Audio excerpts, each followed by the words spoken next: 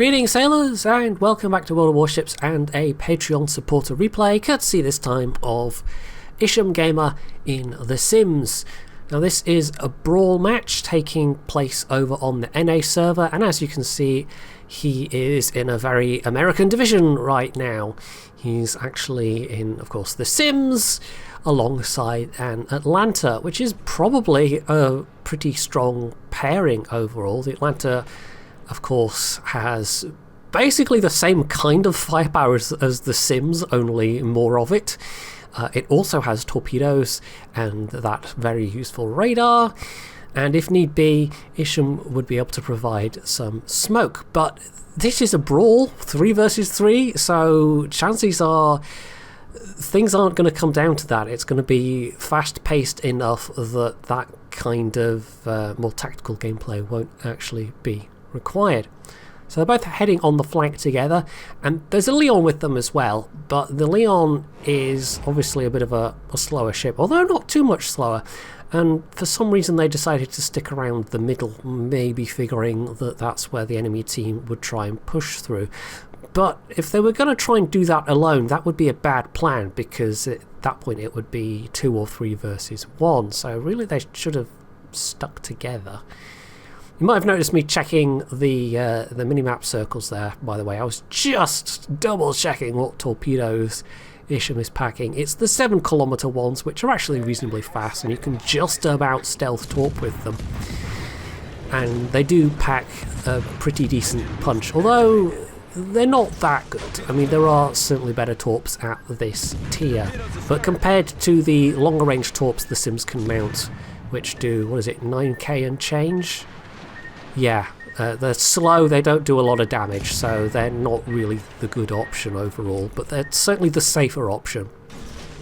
So he runs face first into the Adachi, who happens to have picked this flank also, which is unfortunate for them, because not only did Isham do a fair bit of damage to them, that must have been, what, close on half their hit points, and of course with an Atlanta right behind him, they were never going to get out of that. Frostbite there was able to just pop the radar and then bam. Now for some reason the Leon backed out just as they were about to cap that mid-cap, but it's not actually going to matter as it turns out. We know there's a ship, an enemy ship, capping the very middle, but we don't know if it's both the remaining enemy ships. So we'll see who runs into what first. And as it turns out, we don't have to wait very long at all, because it's the enemy Scharnhorst that gets spotted by Isham. Now, he doesn't quite have the torp range yet, but the Scharnhorst is turning this way, in fact. They could have maybe gone to the middle. He knows that there's a Sims on this flank. He knows that the Atlanta's on this flank, so maybe he fancies his chances against the Atlanta. But going it alone, I don't know if that's the best plan necessarily. So Isham's torp's just about to come back. Unfortunately, he's also spotted, and this close to the Scharnhorst secondaries, it's a bit risky. So he pops his smoke. Of course, another good point about the Sims is it gets a US destroyer smoke. So although he takes a couple of hits and it does a little damage, overall that's not too bad. This Scharnhorst, by the way, yeah, you spot the destroyer in front of you, and they've clearly dropped torpedoes. But do you take evasive action to take account of that? Nah, evasive action is for other people. So yeah, they've sailed into 2 torps. That's a bit more damage for Isham, and now they are very close to being sunk themselves. Although, annoyingly, they have just gotten unspotted because Isham's smoke is in the way, and the Atlanta hasn't got line of sight. So Isham does the really risky thing and backs up here and takes a big old hit. Fortunately it's AP, which was probably meant for the Atlanta. But although Isham's risk really almost doesn't pay off, he manages to get away with just under, what is that, just under 2,000 health? It's not a lot, or is that just over 1,000 even? Yeah, it's just over 1,000.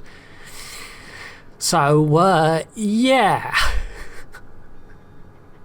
That was a very, very risky play, But even if he had gotten sunk there, Frostbite would have been able to finish off the Sharnos. I said the Atlanta there, but no, Frostbite is in the Atlanta brain. Well done.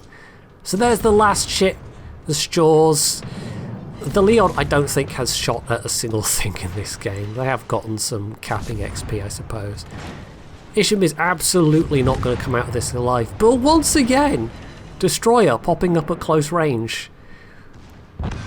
Yeah.